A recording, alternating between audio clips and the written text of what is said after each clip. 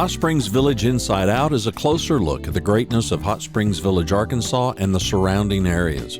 People, places, experiences. Hot Springs Village is one of the most beautiful places on earth. Join me, Randy Cantrell, and my co-host Dennis Simpson as we engage in weekly conversations to explore Hot Springs Village Inside Out. Today's show is brought to you by Central Arkansas's favorite radio station, KVRE. Find them on the dial at 92.9 FM. Stream them live at kvre.com.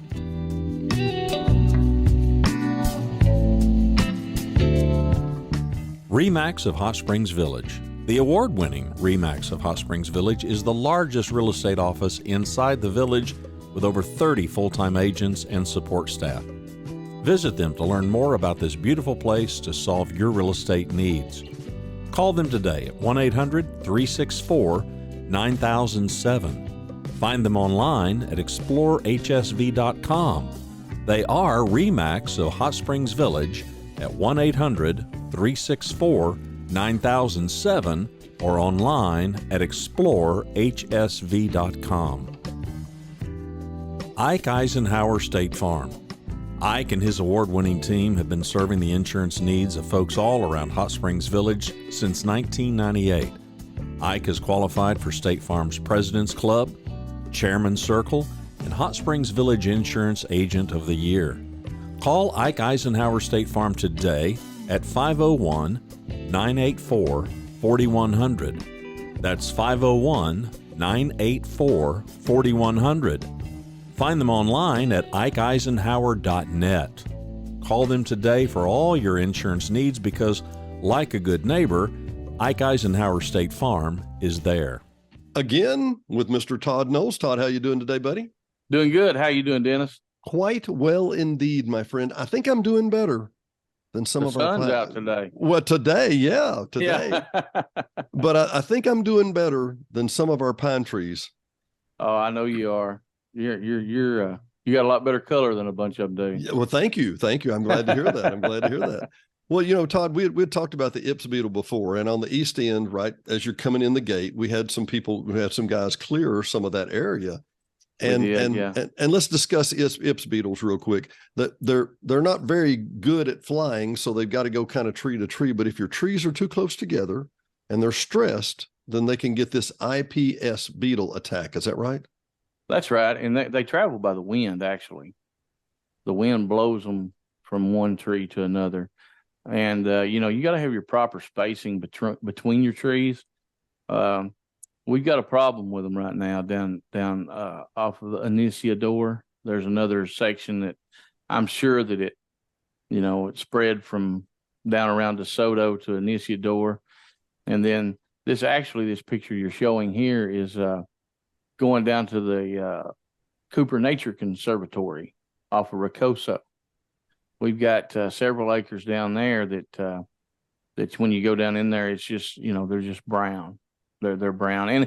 And these trees here mainly have, there's a fungus they can get called pine blight or needle blight. Needle blight. And it's attacking pine trees in Louisiana, Mississippi, Arkansas, so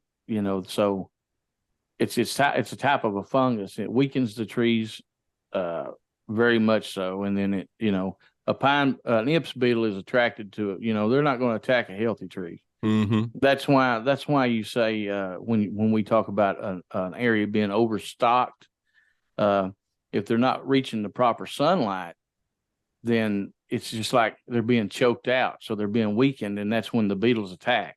Mm-hmm. And that's why that we try to thin. This area here was overgrown. It's got the pine or the needle blight in it, and it's weakened now and allowing the beetles to get in that whole stand of timber down there. And there's several acres of it. But we love the forest. We don't want to cut any trees, Todd. What how are we going to fix this, right? Yeah. That's sometimes it gets to the point that you gotta do some pretty major cutting to get it the way that it needs to be. Well, let's talk about what it needs to be. Okay, so an acre is around 40,000 square feet, about 200 by 200, 202, something like that. Okay, right, about 40,400 feet. And I had heard that the healthy stand is going to be between 40 and 60 trees an acre. Am I in the ballpark? Or You're right. You're right. It's measured by basal area, and usually that's about the number you want. If you allow, you can tell if you get into a stand of pine timber that's overgrown by looking at the tops of them. Yeah. Because most of your healthy pine trees are going to have so many limbs and such a big bushy top starting about middle way up, going all the way to the top of it. Mm-hmm. Now, if you'll get into some stands like this, and you can see some of these trees here, you hadn't got very many limbs on them. They just got a top. And the top of the crown is dead and dying. Yeah. So you just got a small crown. You hadn't got one of the, now you look at a healthy pine, you'll have this great big huge crown on top of it, and you get into an overstocked area, then you see the crowns of them. They're just a little small crown up on top. Well, and Todd, because they've been choked out. And here in the village, it's not uncommon, and I'm not exaggerating in any way. It's not uncommon to have 200 and 300 trees an acre, and it ought to be 1/10 of that or 1/8 of that. Well, the thing about it is, and when we run into this a bunch down toward the east end of the village, you got to remember that was originally Derek's property. Mm-hmm. And they were a timber company. Well, a timber company's in it for the revenue, so they went in and planted timber, and then when it sold, then nothing was hardly ever done about it, and that planted timber took over. We interrupted the cycle. I say Mm-hmm. Dirks initially did the first part, but then Weyerhaeuser came in, took the east end, basically clear cut it, went back in and planted it with plantation pines, and they were going to come back in 6, 8, 10 years and pull out the pulpwood and thin it, and they never did. They never came. So now we have, and we were talking before I hit the record button. As you're going down DeSoto on the north side, there's the woodlands and there's the grove, and there's some really nice areas, and that area is called Phoenix. Just to the north, there, to the south of that road starts with a B. Balabar. And I was driving past there literally yesterday, and I remember seeing just dozens of little pine trees between 5 and 8 foot tall. And I thought, now why is there such a cluster of those right there?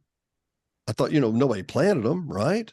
And then it dawned on me, and we had mentioned, that's where a tornado and some high winds came through about 10 years ago. And Bart Langford, wonderful guy. Yeah.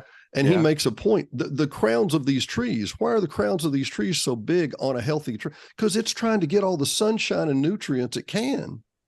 Yeah. But if you're a little pine tree in a little bushy area that's kind of shady, man, you're struggling to try and and you're trying to beat out the other 50 trees within 20 feet of you, right? Yeah. Yeah, it is. It's just like growing a garden. It's just like growing anything.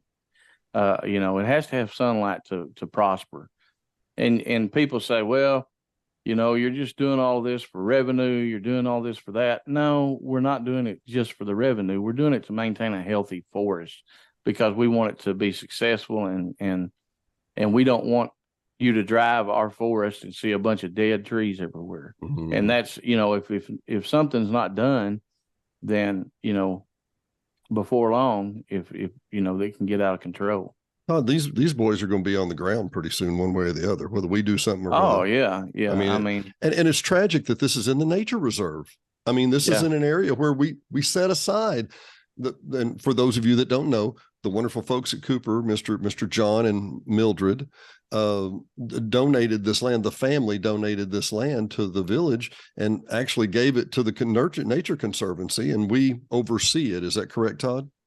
Well, this picture was taken on the POA property, the common, before we get down to the Nature Conservatory part. It's down by the river, the Nature Conservatory. But when you go down in that road, of course, we got common property, and actually all these trees here are on common property down through there. But the whole stand is exactly what you're seeing there. It's just you drive the road, look to your left, all you're going to see is brown. Are those plantation pines? They are, yeah. Yeah, they've been planted. You can see the rows that they've been planted in. So they're just, and then, and over time, then they seed themselves, and it just keeps. That's why the timber companies, they plant them in these rows, and then they go back in and they thin them, and and they grow more, but they don't thin them. They seed themselves, and before long, you got a big overgrown stand of pine timber. Mm-hmm. You can't even and get that's through. what Can't get through with a machete. Yeah. Yeah. That's what we run into. So, well, now, Todd, we were talking about it. And I interrupted. I'm sorry, but we were talking about the Ips beetle, but that's not all this needle blight, you say, pine blight? Yeah. Needle blight. It's a type of fungus. And, actually Green Bay Packaging is, we signed an agreement with them to manage our timber. Mm-hmm. So, I met with with a representative from them yesterday out of Missouri, and he was the one that was telling me about the needle blight, and he looked at a bunch of our timber and told us that's what they had. And that and the beetles are attracted to that because it's they're so weakened. Yeah. They're so stressed, and so they're actually going to try to manage our timber and get us some of these areas back to where it's going to prosper before it's too late and the bark goes to slipping and the trees fall on the ground. Yeah. Well, and how did this blight come about? Has there been a change? I mean, different weather patterns? It's the needle blight's caused by weather patterns, by a whole bunch of wet weather, a wet winter, early spring, mm-hmm. extremely wet. Mm-hmm. And then all of a sudden a hot spring, it turns off hot. And it's just a fungus that these pine trees, especially plantation pines, they're very susceptible to it, and young pines. Goodness. Yeah. So I'm glad we have the fine folks at Green Bay Packaging helping us with this. They manage hundreds of thousands of acres, correct? Yeah, they do, and they're professionals, and they know all these new diseases when they come out, and to help us watch for it, and also to help us come up with a plan to have the healthiest forest that we can have here in the village for people to enjoy. And if you have to go in and you have to thin one real heavy because of the dead trees or the dying trees, in a couple years it's going to be back up to where you're going to have seedlings, and it's going to allow your younger hardwoods, your small hardwoods to really grow. So you're going to have, it ain't like you're going in and taking out every tree in there and it's going to be a desert. It's in a couple of years, it's going to come back up. You'll be stunned. Yeah. You will be stunned. Well, let me recap just for a couple of things here, Todd. We talked with you a lot of times. It's wonderful to have you on. Give everybody your official title and position. I am the Common Property, Forestry, Dam, Spillways, Wildlife, and Lake Superintendent.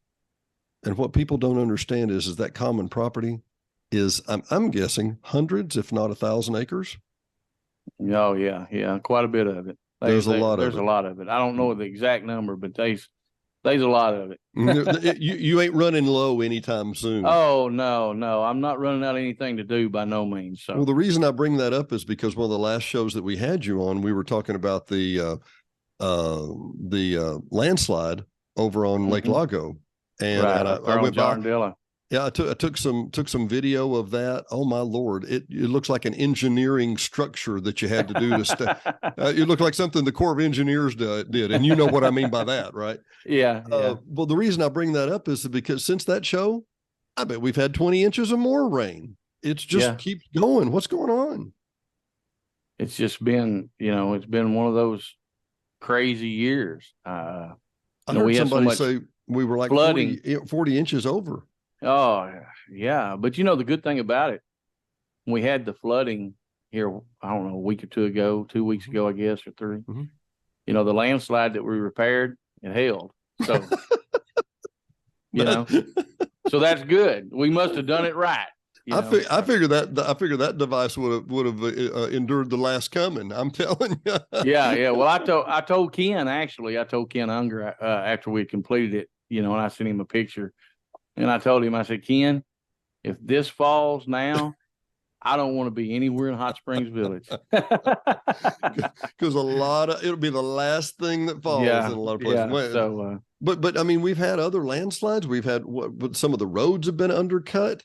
I mean, we have been so busy trying to catch up on things. The street maintenance, they've been working so hard, and all the public works, and And, you know, I tell you, Dennis, I started here in 95, and I've told Ken this, and, you know, and I'm not saying it because you know, it's Ken's department, but when that hit, there were so many roads washed out, so many mudslides we had on Barcelona, South Barcelona, and we even had another one on Jarndilla. And I don't believe I've ever seen a group within an organization come together and, you know, and communicate and work to get these roads passable again, and to get the mud off the roads, and work together to get things done. Trees, and man, we had so many trees fall. I saw just literally the trees and the dirt washed into the middle of the road. Yeah, and then just trees falling, and it was just it was truly amazing to be a part of it and watch it how that everybody just come together to, and it was, you know, you could consider it a disaster. I mean, for what all it done in such a short time. Yeah. Well, and it was all hands on deck trying to get everything done. Oh, yeah. I mean, well, it was. Let me tell a story. It's a short, quick story that I think will signify these guys aren't just doing this for an hourly wage, and I'll explain. The story goes that a guy was walking by a construction site, and he asked the first guy, he said, "What are you doing?" He said, "I'm laying these lousy bricks for $10 an hour." Went to the next guy, he said, "What are you doing?" He said, "I'm making this row of bricks as straight as I can." They asked the third guy, said, "What are you doing?" He said, "I'm building a library for my grandchildren." There you go. Yeah. If we're all called to a greater calling, it's not a paycheck for these guys. And I think if there's something, and get me off on a rant, I'm telling you, buddy, if somebody on next door wants to start kicking my public workers in the teeth, we're going to have a problem now. Well, these guys, they work really hard. And, you know, the one thing about it, they take their pride in what they do. Yeah. And when something's done, it's done right. You don't have to go back and fix it. You don't have to worry about it. And the lakes department, can't say enough about them. Our lakes management team, there's so much debris in the lakes. I mean, we had docks washing away. We had lakes coming up close to people's homes. It just, you know, just a team effort from all the departments is you know, the property owners here in Hot Springs Village, I tell you, are lucky to have these guys and gals, to be out there working for them, and the leadership that we've got. I agree wholeheartedly, and we're lucky to have you too. We appreciate you. Well, Thank you I appreciate that. But if you see log trucks before long running, and don't think that we're out there trying to just strip the forest and trying to just make money off timber, you know, it's something that we're going to have to do. We've got to the point now, Dennis, to where we've got to do something. We've either got to do it, or we're going to have a whole bunch of trees just laying on the ground everywhere. And so, you know, we're working with Green Bay to come up with a plan here in the next few weeks to try to do something to help our forest out and to help it start growing again. Well, and for those that are newer listeners, if you have a map in your mind, or if you can conceptualize it, the west end was DeSoto and Highway 7. And the first block of Hot Springs Village went from there to roughly Balboa Road, where the Woodland Center is roughly. Mm-hmm. And Cooper didn't know that this was going to work. Nobody was like, "Oh yeah, we'll have the largest development in the world, blah, blah, blah." Nobody knew that. But Cooper had an option on the land from Balboa on out to Highway 5, which seemed very, very aggressive at the time, but it worked out. But that last segment, you know, they didn't buy that for a while. And that's what we were talking about, that Weyerhaeuser and Dirks had managed. And it would be tempting for me to say, okay, well, that's where they put the plantation pines, and that's where the area is.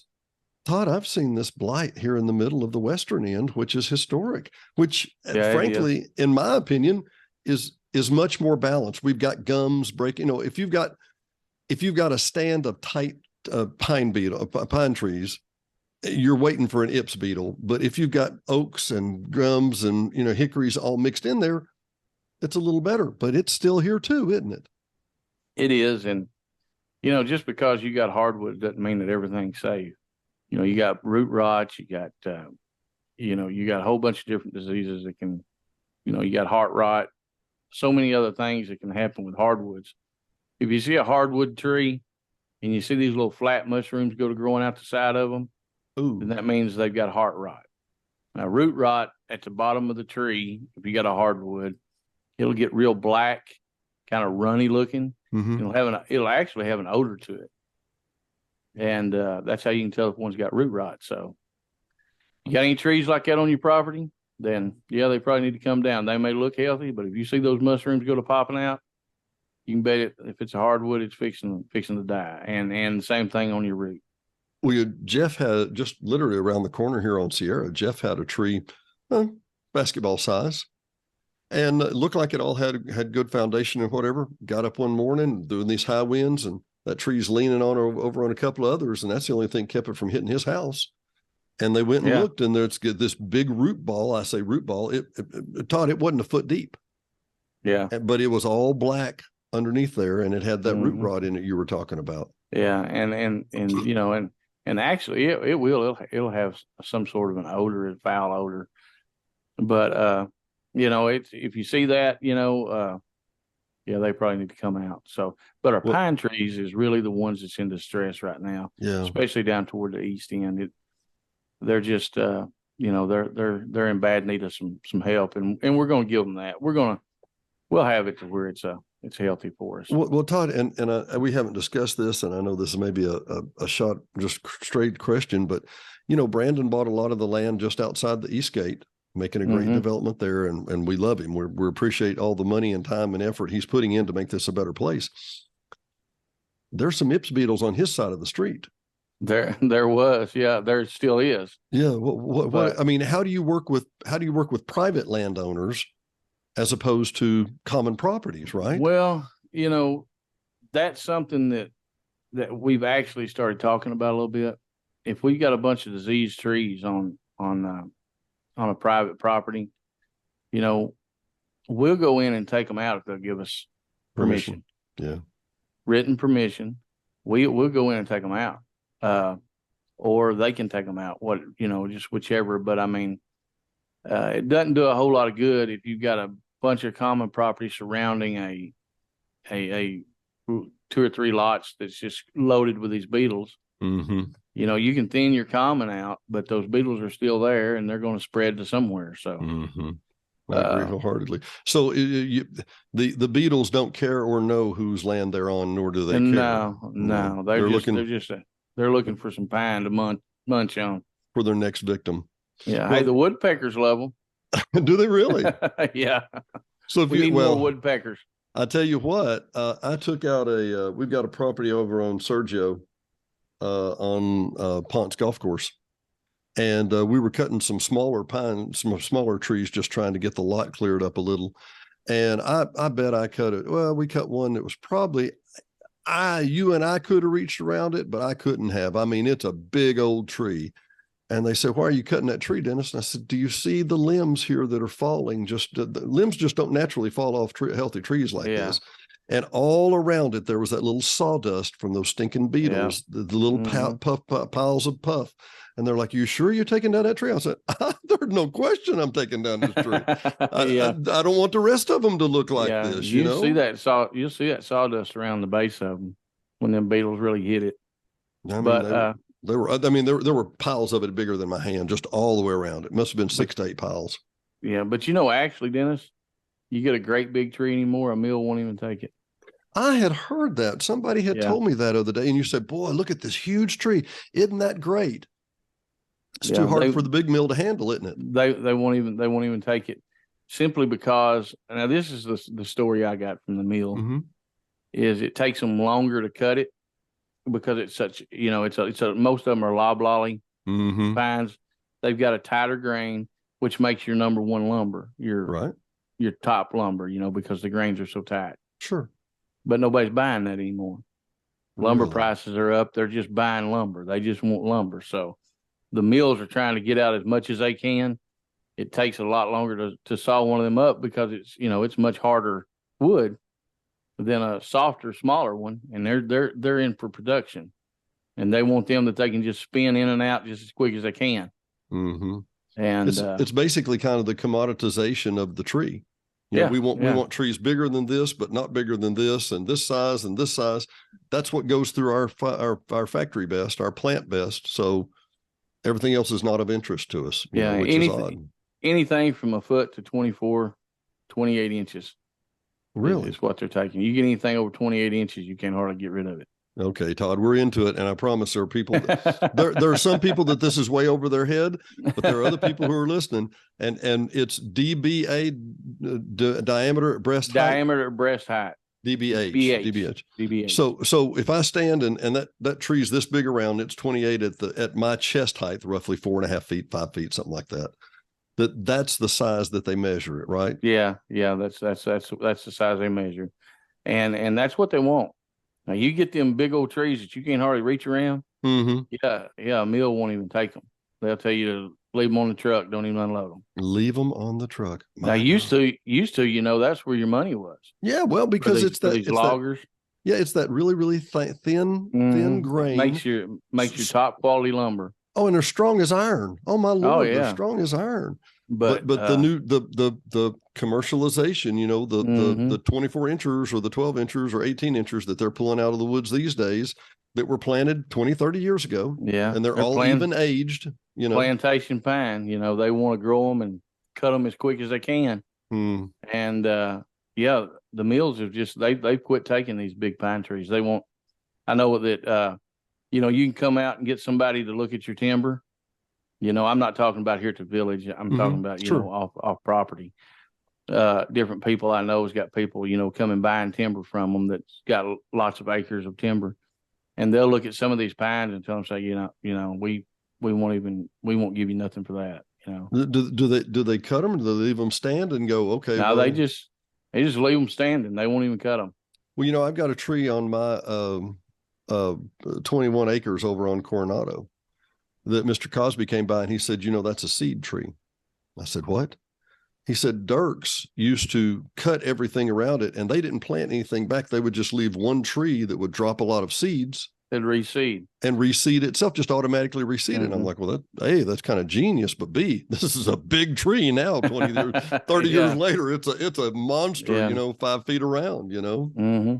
But yeah, it's amazing. People, they'll go through and they'll look at timbers and man, you'll be able to make a killing off this, but they don't realize, it gets a certain DBH. They won't even take it. So they won't even take it. Well, yeah. I know we got to run again. Todd, man, it's always great to have you on. Thanks again. Thanks for what you do.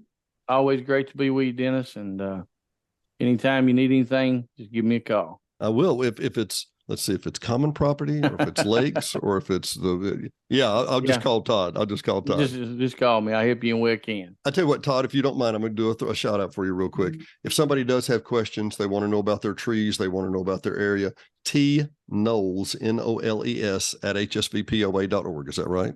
That's correct. And they can get me there. And like I said, anybody out there needs any help, I'll be more than happy to help you any way that we can. And that's not just that's what we're here for. That's not just your dues dollars at work. That's just a good guy. Well, I hope so. I promise you. For Hot Springs Village Inside Out, Dennis Simpson, Todd Knowles. We will see you next time.